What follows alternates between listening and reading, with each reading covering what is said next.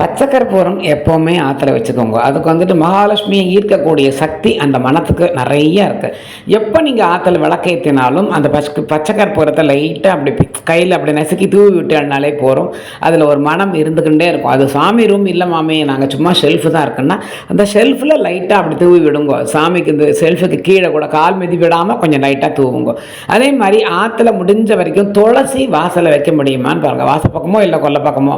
கொல்லை பக்கம் வச்சா ரொம்ப நல்லது. ஏன்னா யார் நம்ம ஆத்து மனுஷன் மட்டும்தான் வருவா, கொல்லை பக்கம் வேறு யாருமே வரமாட்டா இல்லையா. பட் இந்த காலத்தில் கொல்லை பக்கம் அந்த பக்கம் கதவு இருக்கிறதே இல்லை, ஃப்ளாட்ஸ் மாதிரி முடிஞ்சு போய்டுறது எல்லாம். அது நீங்கள் பார்த்துக்கோங்க. வாசலில் வச்சு அது அழகாக அதுக்கு விளக்கேற்றினேன்னா ரொம்ப விசேஷம். ஒரு டெய்லி ஒரு வெள்ளி செவ்வாழையோ இல்லை நல்ல வியாழக்கிழமையில் ஒரு விளக்கு சின்ன அகல் தீபம் ஒன்று, அந்த தீபம் எண்ணெயோ நல்லெண்ணெயை ஊற்றி அந்த விளக்கு இதில் துளசியில் வச்சேன்னாக்கா ரொம்ப விசேஷம். டெய்லி வெடிகாலம்புற தெய்வங்கள் அந்த பக்கம் வரும்பொழுது அந்த துளசியை பார்த்துட்டு ஆற்றுக்கு வருமா.